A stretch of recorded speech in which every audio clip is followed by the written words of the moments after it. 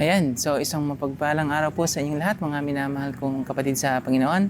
Si Kuya RJ nga po pala ito, or Brother RJ. Sa video pong ito mga kapatid, samahan niyo po ako na pagbulayan at pakinggan ang mensahe ng Diyos patungkol po sa pagharap natin sa buhay, sa kamatayan, at maging sa pangwalang hanggang panahon o oras na ating gugugulin pagkatapos na tayo po ay pumanaw sa mundong ito mga kapatid, or pagkatapos na po tayo ay mamatay. Sa English po, facing life, death, and eternity. By the way, bago po ako magtuloy, narito nga po pala kami ng aking pamilya sa magandang park dito sa Woodridge Heights. Pagkalagpas lamang ng Tumana Bridge, ayun pang Tumana Bridge. Pagkalagpas lamang po ng Tumana Bridge ay kakaliwa lamang po at mararating mo na po ang magandang parke dito sa Woodridge Heights. So yan po, ang aming mga bisikleta. Yan po ang aking asawa, ang aking mga anak, GD, JM. Tara po. Upo po kayo. Samahan niyo po ako. Number one na katotohanan na dapat nating malaman. Life is short. Ang buhay natin dito sa mundong ibabaw mga kapatid ay napakaikli lamang. Hallelujah. Amen po.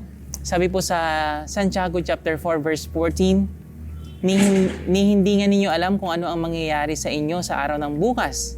Ang buhay ninyo ay parang usok lamang, sandaling lumilitaw at agad nawawala. Amen po. Totoo po na ang buhay natin dito sa mundong ibabaw ay napakaikli lamang. Parang katulad ng isang usok o hamog na sandali lang lumilitaw pagkatapos ay wala na. Sabi naman sa mga awit chapter 39 verses 4 to 5, Yahweh, sana'y sabihin mo kung kailan mamamatay. Kung gaanong katagal pa kaya ako mabubuhay. Ang damdam ko sa sarili, pinaikli mo ang buhay. Sa harap mo, ang buhay ko'y parang walang kabuluhan. Ang buhay ng tao'y parang hanging dumaraan. Yan. So dito naman po sa verse na ito, inihalin tulad po ang buhay ng isang tao, buhay natin sa hangin. Katulad po ngayon, medyo mahangin po. So, parang hangin lang na saglit lang dumadaan, pagkatapos noon ay mawawala na. Yan. Sabi naman sa mga awit, chapter 103, verses 15 to 16, ang buhay ng mga tao ay parang damo ang katulad. Sa parang ay dumalago na katulad ay bulaklak. Nawawala at nalalagas kapag ito'y nahanginan, nawawala na nga ito at hindi na mamamasdan. So ganito lang po ang buhay natin mga kapatid. Pagkatapos na po tayo ay mamatay, pumanaw sa mundong ibabaw na ito, kailan may hindi na po tayo mamamasdan o mamamalasan pang muli. Hindi na tayo muli pang lalakad o mabubuhay dito sa mundong ibabaw. Amen po. Ganito lang po, kaikli ang buhay natin dito sa lupa mga kapatid. Sa ayaw man natin o sa gusto, wala tayong magagawa mga kapatid dahil ito ang ating destinasyon o huling hantungan mga kapatid. Ito ang itinakda ng Diyos para sa bawat isa sa atin. Sabi naman po sa Genesis chapter 6 verse 3, sinabi ni Yahweh, hindi ko ipahihintulot na mabuhay ng mahabang panahon ang tao sapagkat siya'y makalaman. Hindi nalalampas sa 120 taon ang kanyang buhay sa daigdig. So ang buhay daw natin dito sa mga mundo mga kapatid, after or pagkatapos ng baha nung panahon ni Noe, ay hindi nalalagpas sa 120 na taon or 120 years old. So, kung isipin natin mga kapatid, kung ikukumpara natin yung buhay natin ngayon sa kasalukuyan, kumpara dun sa buhay ng mga tao nung Old Testament, kaya ng panahon pa ni Adan, bago dumating ang baha, na kung saan ang buhay ng tao ay umaabot ng mahigit 500, 400, 700, 900. So, wala man lang sa kalahati yung naging lifespan or yung itatagal ng buhay ng tao simula ng or pagkatapos ng baha. So, isa po yan sa katotohanan mga kapatid na kailangan nating maunawaan po na ang buhay natin po ay napaka-ikli lamang at hindi isang araw po ay babawian po tayo ng buhay ng Diyos na siyang may bigay nito. Yes po mga kapatid, ang babawi po ng buhay na ito na meron tayo ngayon ay ang Diyos na nagbigay nito sa atin. At Kapag binawi niya na ito, wala na tayong magagawa. May magagawa pa po ba tayo para sabihin sa Diyos na, Lord, bigyan mo pa ako ng 100 pang taon or extend mo pa yung buhay ko? Well, pwede naman yun. Pwede tayong humingi sa Diyos at maaari niyang ibigay yun. Pero hindi sa lahat ng oras ay pagbibigyan tayo ng Diyos dahil siya pa rin ang may control ng lahat ng bagay. Siya ang lumikha sa atin at siyang nakakaalam kung kailan tayo niya babawian ng buhay. Amen po. Ano po ang mensahe po nito sa atin mga kapatid? Ang mensahe po nito sa atin mga kapatid ay kailangan po nating pahalagahan at wag nating sasayangin yung napakaikling buhay natin dito sa lupa dahil once na binawi na po ito ng Diyos na siya ang sa atin ay may lalang, wala na po tayong magagawa. Wala na tayong magagawa kahit ano pa man po, di ba? Kasi ang taong namatay na, pag namatay na tayo, wala na tayong magagawa. Wala na tayong chance para humingi ng tawad sa Diyos sa lahat ng mga kasalanan natin. Wala na tayong chance para magbalik loob sa Diyos, kilalanin ang Diyos, at mamuhay ng may takot sa Diyos at matuwid sa harapan niya. Amen po. Kaya po, tandaan po natin ang katotohanan. Ang unang katotohanan po na nais ang Diyos na maintindihan natin is life is short. If I may just add the word too short, or napakaikli lang ng buhay natin dito sa lupa, then that's it po mga kapatid. Napakaikli po talaga ng buhay natin dito sa lupa. Amen po. Number 2, pangalawang katotohanan mga kapatid, death is sure. Ang kamatayan po ito'y siguradong bagay na dadating sa atin isang araw mga kapatid. Di natin alam kung yung pagising natin or pagtulog natin sa kinapkabihan, ito na po ang ating huling tulog mga kapatid. Kaya alam po natin mga kapatid na lahat po tayo isang araw ay mamamatay. Di po ba? Ito ay ang pagkamatay ng ating pisikal na katawan. Lahat po tayo ay dadaan po sa physical death or yung pagkamatay ng ating pisikal na katawang ito. Yung katawang lupa nating ito nagawa sa alikabok, na kung saan sa alikabok din ay babalik. Amen po. Ibig sabihin po nito mga kapatid ay mayroon pong expiration date ang ating katawang lupa na ito, na kung saan ay naitakda na ng Diyos or naiset na ng Diyos ang eksaktong araw, eksaktong oras kung kailan niya tayo babawian ng buhay or kung kailan tayo mamamatay, kung paano tayo mamamatay. Yun po mga kapatid. So Diyos po ang may takda ng ating pagpanaw or ng pagkamatay dito sa mundong ibabaw na ito mga kapatid. Sabi po sa Hebreo chapter 9 verse 27, itinakda sa mga tao na minsan lamang mamatay at pagkatapos ay ang paghukom. So pagkatapos na tayo mamatay dito sa mundong ibabaw na to, itong katawang lupa natin ito, haharap tayo sa Diyos para sa kanyang paghuhukom. Siya yung pinaka-judge na natin. Kasi siya yung nagbigay ng buhay sa atin, di ba? At kapag hinukuman na tayo ng Diyos kung ano yung final judgment niya sa atin, wala tayong magagawa doon. Hindi na tayo pwedeng makipag-negotiate na sabihin natin na, Lord, baka pwede naman. Walang ganun sa Diyos mga kapatid. Kasi yung buhay natin dito sa lupa, ito na yung pagkakataon na binigay ng Diyos sa atin para makilala natin siya. Para maunawaan natin na tayo ay makasalanan, na tayo ay karapat-dapat na mapasa apoy ng impyerno. At dapat lamang yun sa atin mga kapatid, na sa isang makasalanan, hindi tayo karapat-dapat na mapalangit. Dahil sa kaharian ng Diyos ay walang kasalanan. Dahil una, ang Diyos ay perpekto, siya ay banal, siya ay matuwid. At ang Diyos ay nagagalit sa kasamaan. Pero nang pumasok ang kasalanan sa sanlibutan ito mga kapatid, dito na po lumaganap ang kasamaan. Makikita natin yan sa mundong ibabaw natin. Yung corruption sa gobyerno natin, lahat ng kasamaang nakikita ng ating mga mata sa paligid natin, yan ay bunga ng kasalanan mula pa noon sa Garden of Eden, mula nang nagkasala si Adan at saka si Eva. At hanggang ngayon, nagtitiis tayo sa kasamaan ng mundo. Kaya, kailangan nating isipin sa buhay. Kaya kailangan nating mga kapatid, kailangan nating isipin talaga, intindihin, unawain ang mensaheng ito ng Diyos sa atin. Death is sure mga kapatid. ang pagkamatay ay siguradong dadating sa atin. Hindi natin alam kung kailan dadating yon. Pwedeng bukas, pwedeng mamaya, pwedeng hanggang ngayong araw na lang tayo mabuhay, bukas, wala na. Ganun lang kaikli ang buhay natin mga kapatid. And once na namatay na tayo, wala na tayong magagawa. Ano pa ba yung magagawa ng isang taong patay? Pag binawian na tayo ng buhay ng Diyos, wala na tayong magagawa mga kapatid. Amen? Ang Bible din po mga kapatid ay may sinasabi din pong second death. Kung meron pong first death, which is the physical death, yung pagkamatay ng ating physical na katawan, meron din pong pangalawang kamatay na sinasabi ang Bible sa atin. Sabi po sa Romans chapter 6 verse 23, sapagkat kamatayan ang kabayaran ng kasalanan, ngunit ang walang bayad na kaloob ng Diyos ay buhay na walang hanggan sa pamamagitan ni Kristo Jesus na ating Panginoon. At dahil tayong lahat ay nagkasala o guilty sa kasalanan, lahat tayo ay mapapatawan ng parusang kamatayan sa impyerno kapag tayo ay namatay.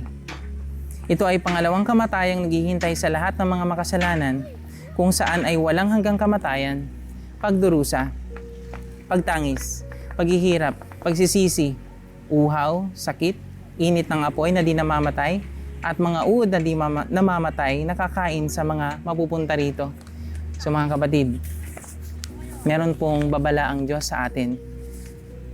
Alam natin na lahat tayo nagkasala, di po ba? Romans 3:23, sapagkat ang lahat ay nagkasala at hindi umabot sa pamantayan ng Diyos. Walang sino man sa atin ang makakapagsabi na, hindi, perfect ako. Kahit na konti lang ang kasalanan ko, mapupunta pa rin ako sa langit. Yung mga mapupunta sa impyerno, yung mga gumagawa ng malalaking kasalanan. Ako, konti lang yung kasalanan ko. Magsisimba ako para mabawasan yung kasalanan ko. Sa langit pa rin ang punta ko. Pero ang katotohanan mga kapatid, wala tayong magagawa para mabura yung kasalanan na yun sa sariling lakas natin, sa sariling kakayahan natin, or hindi pwedeng matumbasan ng mga mabubuting gawa mga kapatid para mabura ang mga kasalanan natin. Ibig sabihin lang nito mga kapatid, ang kasalanan ay isang sumpa. Para siyang permanent mark. Simula na nagkasala si Adan at saka si Eva, lahat tayo ay nabahira ng parehong kasalanan. At mas dumami pa ng dumami ang pagkakasala or ang kasalanan mula pa doon sa Hardin ng Eden hanggang sa kasalukuyan.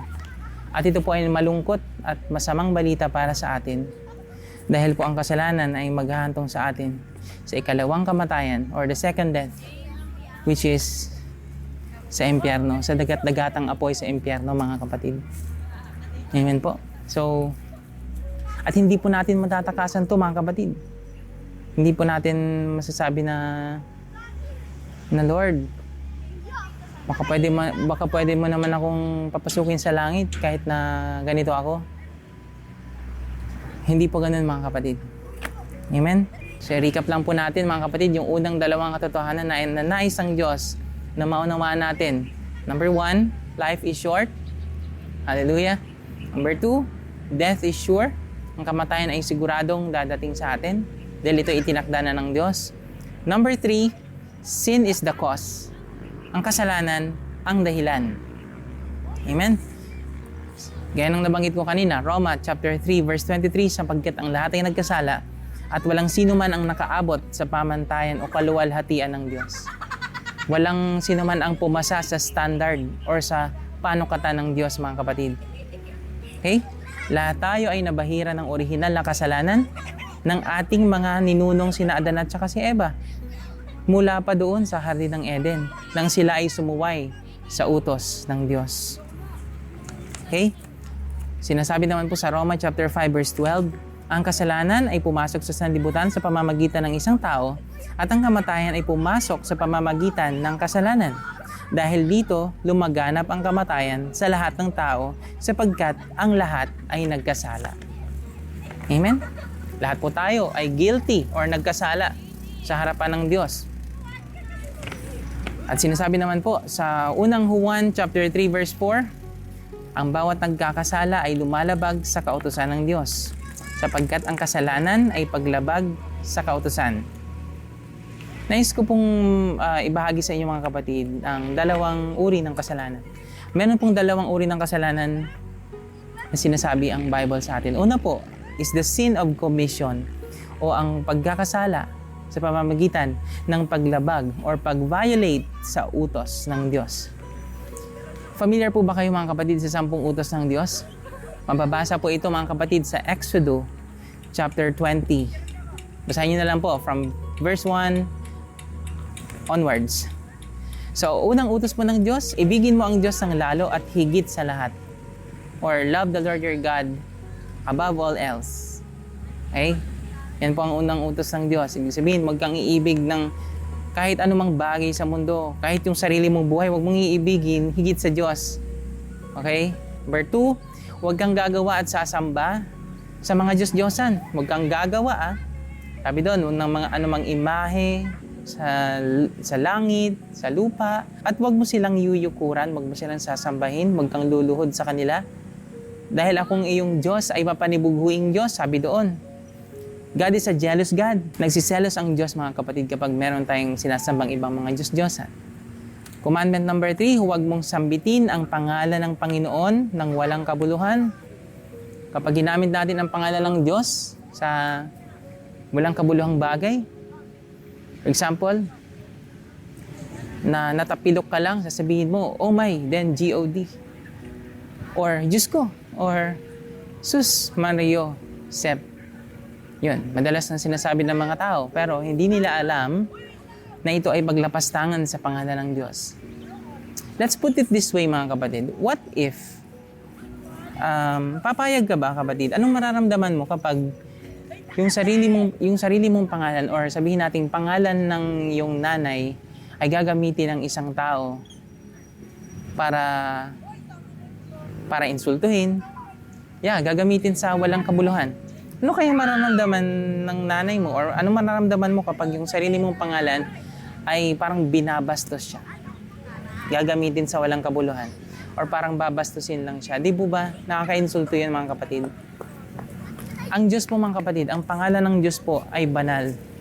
At sabi po doon, walang sino man ang makakatakas sa hukuman ng Diyos kapag tayo po or kahit sino man po ang maging guilty po sa bagay na ito, sa paglapastangan sa pangalan ng Diyos.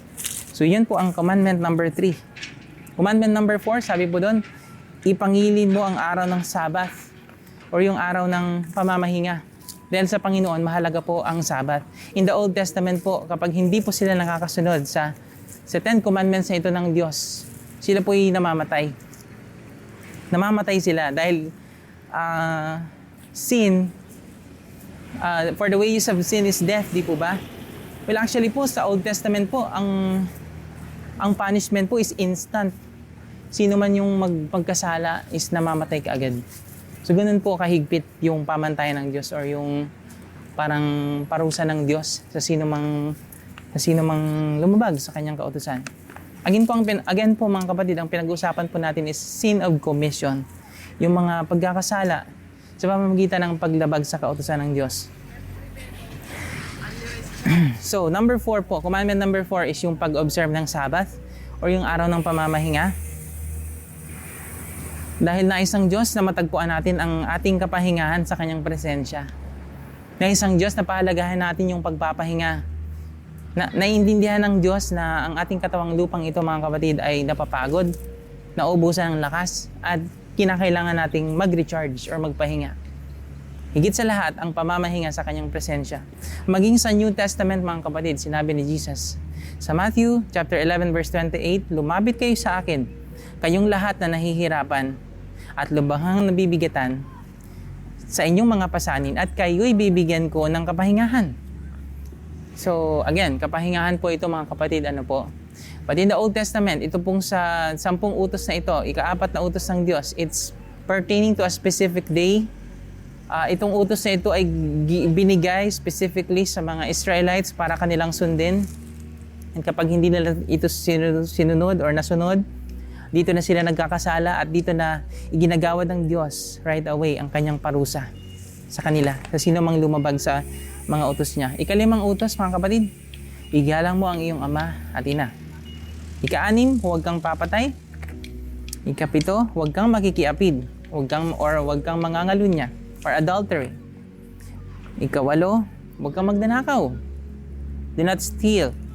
Ika-9, huwag kang magbibintang o magsasabi ng hindi totoo laban sa iyong kapwa or yung bearing false witness. Okay po. At ang ikahuli o ika-10 utos mga kapatid ay huwag mong pagnanasaan ng hindi mo pagmamayari. Okay? Kahit anumang bagay na hindi sa'yo, huwag kang maiinggit. Be grateful for what you have. Yun ang sinasabi dito ng Diyos sa atin. So ito po yung 10 commandments po ng Diyos for the Israelites mga kapatid. Ano po? But in our time today, this does not apply anymore. I'm not saying na okay lang na labagin na natin or i-violate na natin yung 10 commandments ito. Yes, these are still good. Pero it's not enough to make us righteous before God. For the righteous shall live by faith. Nagiging matuwid lamang tayo mga kapatid sa mata ng Diyos dahil sa ating pananampalataya sa ating Panginoong Hesukristo. Dahil itong 10 utos na ito, and mind you mga kapatid, according to my research, all in all, including these 10 commandments mga kapatid, ay na binigay ng Diyos kay Moises in the Old Testament or sa lumang tipan ng Diyos, suma total mga kapatid ay merong 613 na utos sa lumang tipan na wala pang sino man ang nakaka-perfect or nakakasunod. Dahil imposibleng masunod natin ang lahat ng 613 commandments na ito mga kapatid. Kaya nga po sa New Testament, Matthew 22:37-38, sinummarize si Jesus yung commandments into just 2. One is to love the Lord your God with all your heart, soul, mind, and strength. Ibigin mo ang iyong Panginoong Diyos ng iyong buong puso, buong pag-iisip, buong kaluluwa, buong lakas. At ang pangalawa ay ang ibigin mo ang iyong kapwa gaya ng iyong sarili. Oh yeah, I just checked it and it's still recording, so yeah. Still recording. Hey. So mga kapatid, wala pa nakaka-perfect nitong lahat ng pagsunod ng ito sa mga utos ng Diyos po mga kapatid. No wonder mga kapatid na imposible po talaga na tayo na maabot natin ang kaharian ng Diyos or na mapalangi tayo sa pagsunod lamang sa mga kautosang ito. Dahil ang mga kautosang ito mga kapatid ay imposible nating ma-perfect. Hindi natin ma-perfect ito mga kapatid. Amen po? Uy, I think pwede na tayong bumalik. So narito po mga kapatid ang ilan sa mga kasalanan na common or karaniwan po sa lahat ng mga tao sa buong mundo. Number 1 po mga kapatid ay ang kawalan ng paniniwala sa Diyos or unbelief. Sinasabi ng may ibang mga preachers, sinasabi nila that unbelief is the mother of all sins. Ito po ang pinakahari ng lahat ng mga kasalanan. Kasi kapag ikaw or ang isang tao ay hindi na naniniwala or walang pananampalataya sa Diyos, hindi naniniwala na may Diyos, paano pa niya paniniwalaan yung ibang mga bagay na sinasabi ng Diyos? Amen po. So yun, kawalan ng paniniwala sa Diyos, number 1. Number 2, pride or pagmamataas. Kung maalala niyo po mga kapatid, ang pride po or pagmamataas, ito po yung dahilan kung bakit po binagsak ng Diyos si Lucifer, na dati pong anghel ng Diyos sa langit, na ngayon po ang tawag sa kanya ay devil or satanas or siya yung the ancient serpent. Then, pagsisinungaling po, lying. It's a sin of the tongue. Ito po ay kasalanan ng dila. Kasalanan sa dila mga kapatid. Sabi po doon sa Revelation chapter 21 verse 8, ang pagsisinungaling ay isa sa mga nakalista doon ng mga kasalanan kung saan sila po ay maitatapon sa dagat-dagatang apoy sa impyerno. Pagsuway sa magulang. Nasa 10 utos po ito. Sexual na immoralidad or sexual immorality. Kagaya ng pangangalunya, or pagkikiapid, pornography, panggagahasa, pagiging mahalay sa usapan o sa kilos, pagiging bakla o tomboy or homosexuality. Ngayon ay kilala bilang LGBTQ, pagkikipagtalik ng hindi pa kasal, or fornication. Then, pagnanakaw, pangungupit or pangungurakot. Katulad ng yung trending ngayon sa ating bansa, yung maraming mga kurakot na hindi nakukulong. Dahil paano sila makukulong? Sila lang din naman yung mga magpapakulong sa sarili nila. Papayag ba sila na ipakulong yung sarili nila? So yung mga ganong mga bagay, mga kapatid, na masakit isipin kung paano nila nagagawa yun. Wala na silang hiya sa kanilang ginagawa. Which is yung nakakalungkot sa ating bansang Pilipinas. Kasi karamihan sa ating mga politiko, mga nanunungkulan, public servants, dapat sana ay naglilingkod sila sa publiko, pero ang pinaglilingkuran nila ay ang sarili nilang bulsa, sarili nilang pleasures, selfish gain nila. Mga kapatid, ano po? Nakakalungkot po. Pagsamba sa mga Diyos-Diyosan or idolatry. Nabanggit ko na din po ito kanina mga kapatid, yung paggawa ng mga idols, pagsamba sa mga idols, maging sarili natin, pwede nating iidolo, or anuman o sino man ang iniidolo natin dito sa mundo, ito po ay kasalanan sa Diyos. Amen po. Pagsira sa ating katawan na nilikha ng Diyos. Amen. Yan, pagsira sa katawan, katulad ng paninigarilyo, paglalasing, pagdodroga, suicide o pagpapakamatay, labis na pagkain o katakawan sa pagkain, or gluttony in English, pangkukulam, yung mga witch doctors, mga albularyo, or pagsangguni sa mga espiritista, yung mga nagko-communicate sa mga patay or sa mga espiritu, yun, or gumagamit sila ng mga medium para mag-communicate sila sa mga namatay na or sa mga espiritu. Mga manghuhula, fortune tellers. Ito po mga kapatid ay kasalanan at kasuklam-suklam sa harapan ng Diyos. Nakasulat din po yan sa Revelation chapter 21 verse 8. Basahin niyo na lang po. Okay, still recording. We're good. Okay, there's more to come po mga kapatid. Marami pa po akong inilista dito. Okay, susunod po is yung mahika, yung mga pagpapractice ng mga magic tricks. Yun, magic. Meron mga totoong magic at meron din namang mga magic tricks lang. Yung mga magic na parang totoo na talaga, yung nakikita mong doon sa yung resulta ng magic, yun ay kasalanan po sa Diyos mga kapatid. So wag na po tayong mag-practice ng magic dahil ito po ay kasalanan sa Diyos. Revelation 21 verse 8, still, nandun din po yan sa listahan ng mga kasalanan na mga taong gumagawa nito na mapapasa dagat-dagatang apoy ng impyerno. Another one is hindi pagpapatawad or unforgiveness, paninirang puri, slander, or backbiting, panlalait, or pangiinsulto. Yung parang dinadown mo or binabagsak mo yung pagkatao ng isang tao, yung itsura niya, yung isang tao, pagkatao niya. Pagkapuot sa kapwa or hatred, pagiging makasarili o sakim, or greed, panloloko, or scam, pangsa-scam, pagmumura, kasalanan sa dila, tulad ng pagsisinungaling, pagsusugal or gambling, tongue eats, bingo, loto, mga card games na may money involved. Yun po, paghihiganti or revenge. Sabi ng Bible, vengeance is mine, says the Lord. Ang paghihiganti ay sa Diyos. Pagpatay. Dito po sa pagpatay mga kapatid, kasali po dito ang abortion. Yung pagpatay po ng mga sanggol na nasa sinapupunan pa ng ina.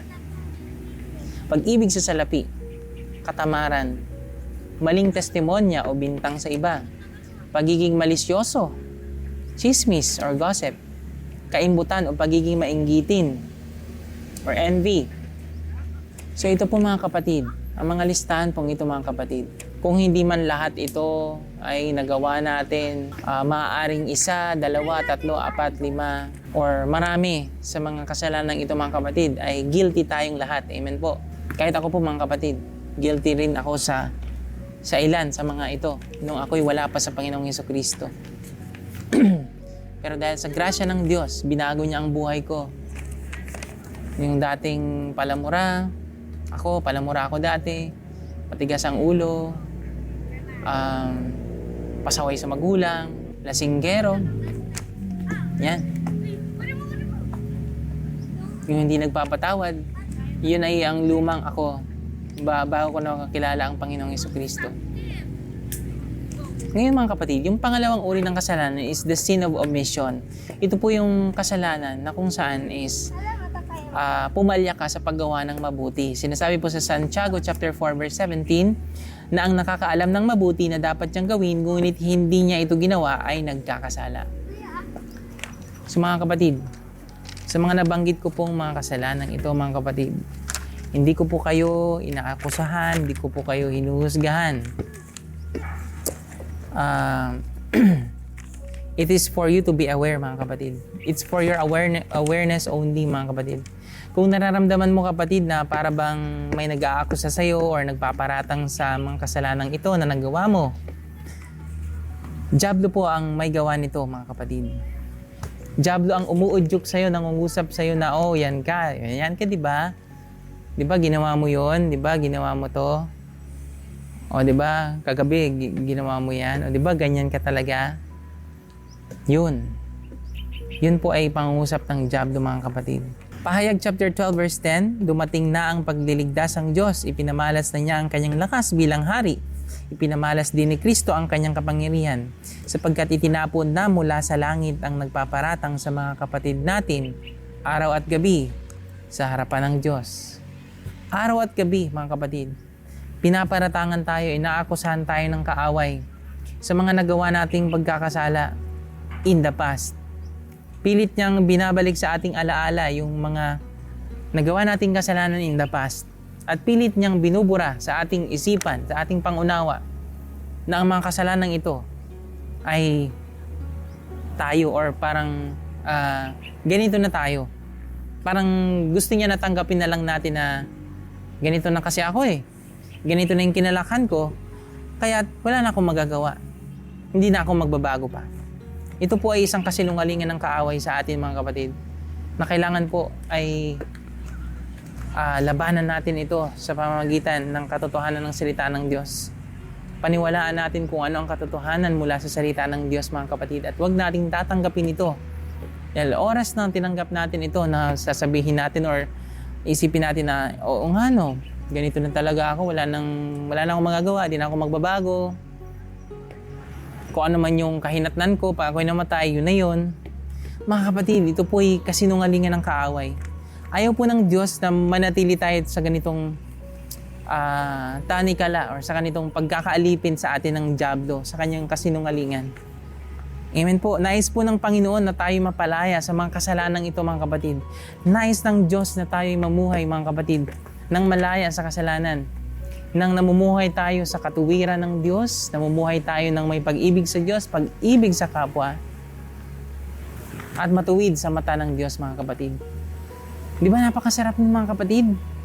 Yung alam mo na yung buhay mo ay para sa Diyos. Ginagamit mo yung nalalabing araw, taon ng buhay mo dito sa mundong ibabaw para sa Diyos. Para sa kabutihan, kabanalan, dahil alam mo na ikaw ay naligtas. Amen po.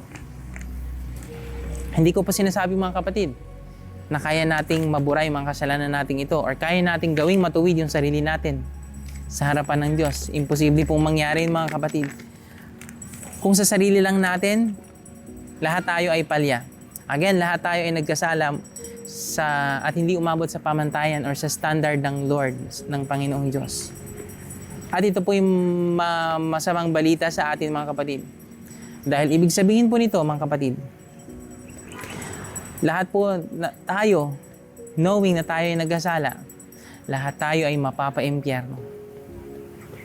Let that sink in mga kapatid.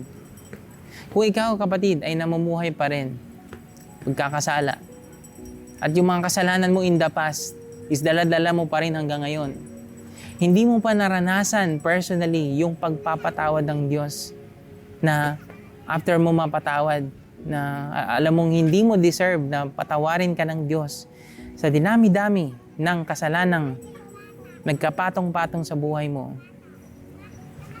tapos pinatawad ka ng Diyos. Kung hindi mo pa nararanasan yung kapatid, kung ang mga kasalanan mo, simula nang ikaw ay natutong magkasala ng unang kasalanan, pangalawa, ika-1,000,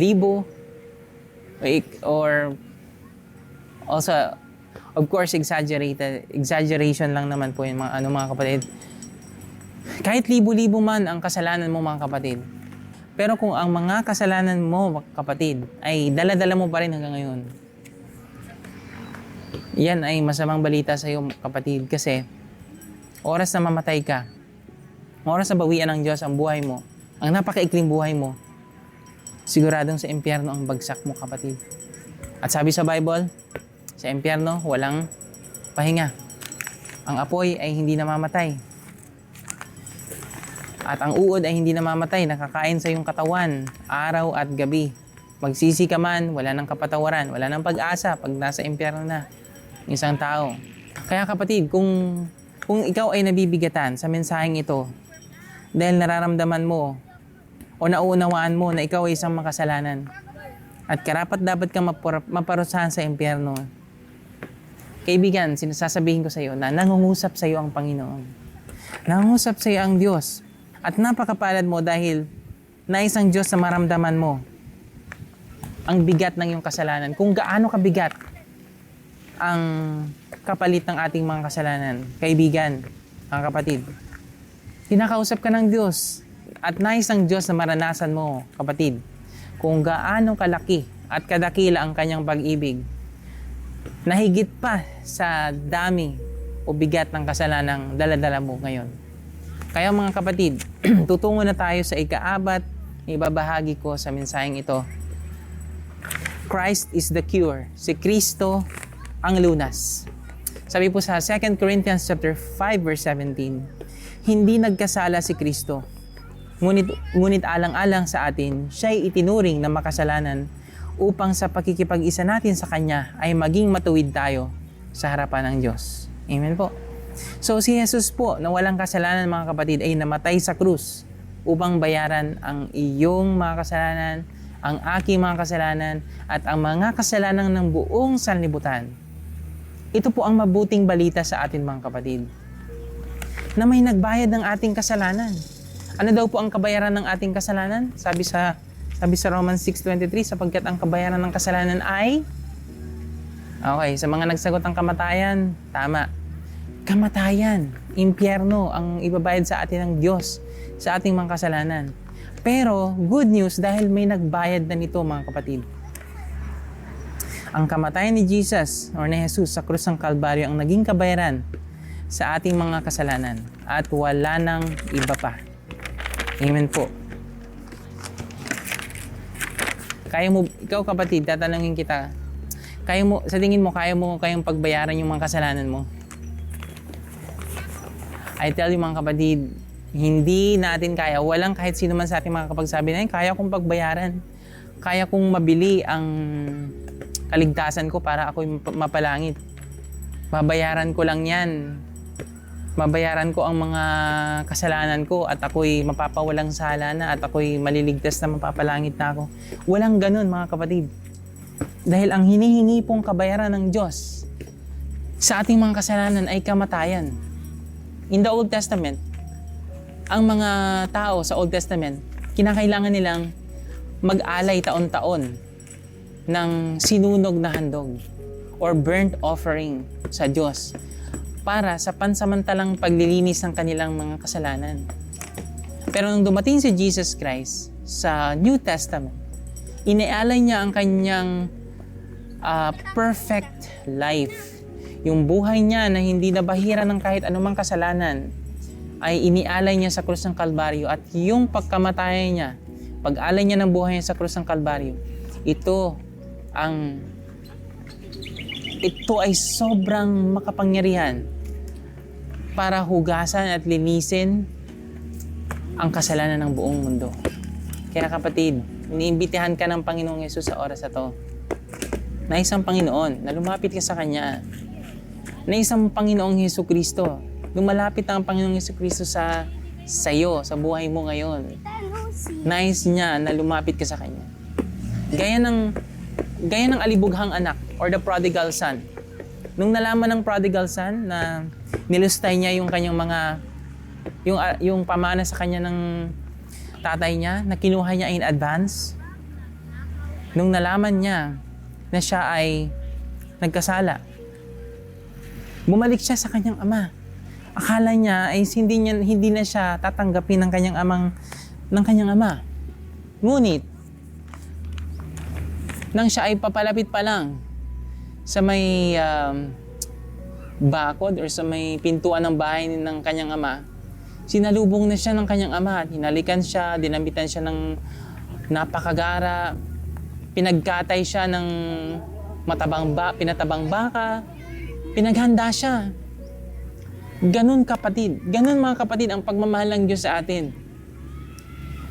Kahit na punong-puno tayo ng kasalanan, nalunod tayo sa kasalanan, nabulag tayo ng kasalanan, minahal pa rin tayo ng Diyos. Ganito tayo kamahal ng Diyos. Ito ang tunay na pagmamahal ng Diyos sa atin, mga kapatid. At ang pagmamahal sa atin ng Diyos, mga kapatid, ay hindi basta-basta. Hindi nauubos. Hindi mo maikukumpara sa pagmamahal na pilit nating hinahanap sa mundong ito. Kaya mga kapatid, pakinggan po natin yung mabuting balitang ito ng Diyos sa atin. Sinasabi po sa Roma chapter 5 verses 8 to 9, ngunit pinatunayan ng Diyos ang kanyang pag-ibig sa atin nang mamatay si Kristo para sa atin noong tayo ay makasalanan pa. Yamang sa pamamagitan ng kanyang dugo, tayo ngayon ay napawalang sala, lalong tiyak na maliligtas tayo sa puot ng Diyos. So, mga kapatid, ang Diyos po ay napupuot sa kasalanan.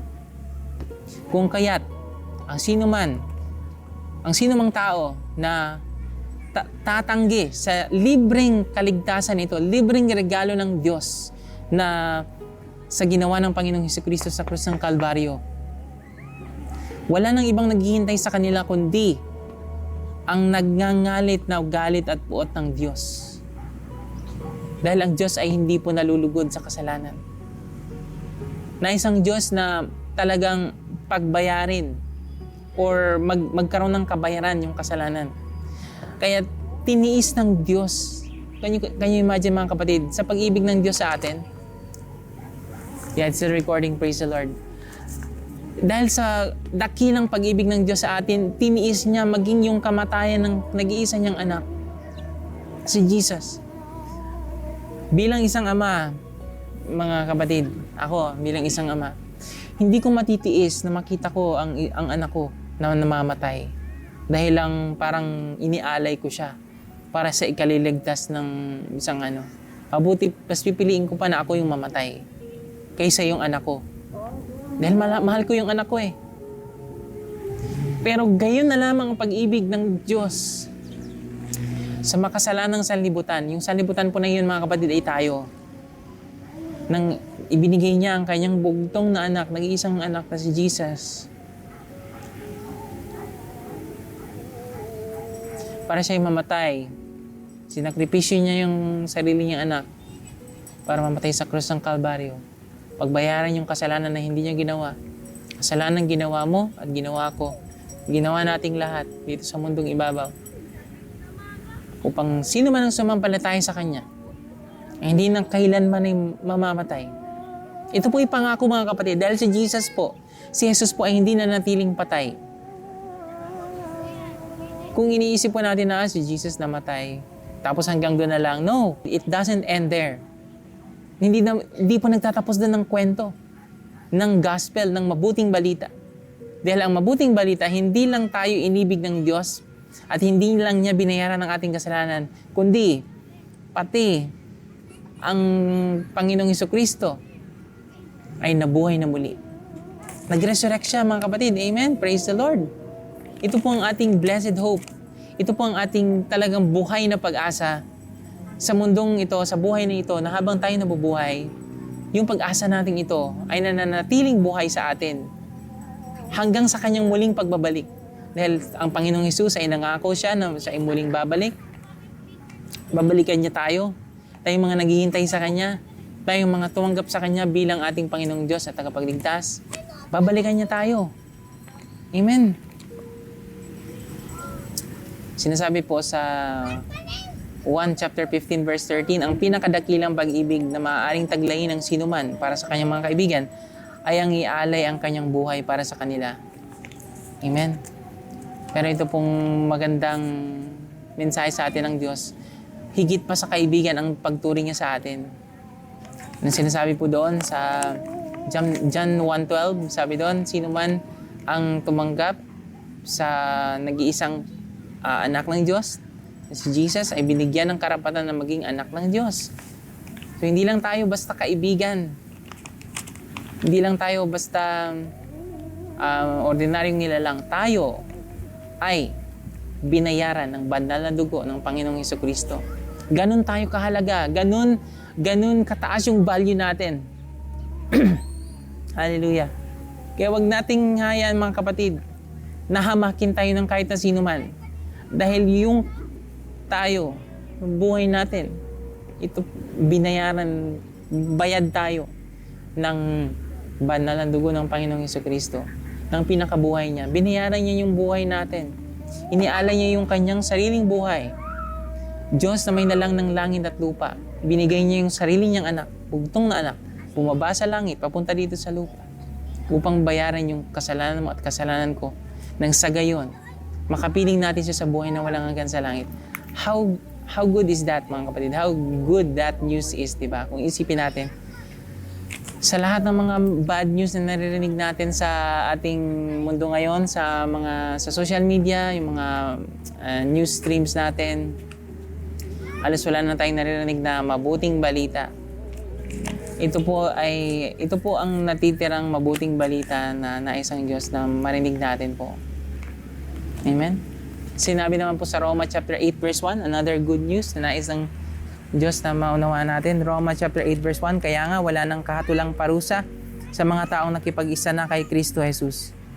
So kapag tayo po ay tumanggap na sa Panginoong Hesukristo, wala nang parusa.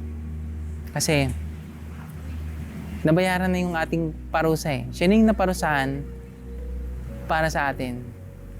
Amen. Kumbaga, ito'y talagang grace, biyaya talaga ito ng Diyos, regalo ng Diyos.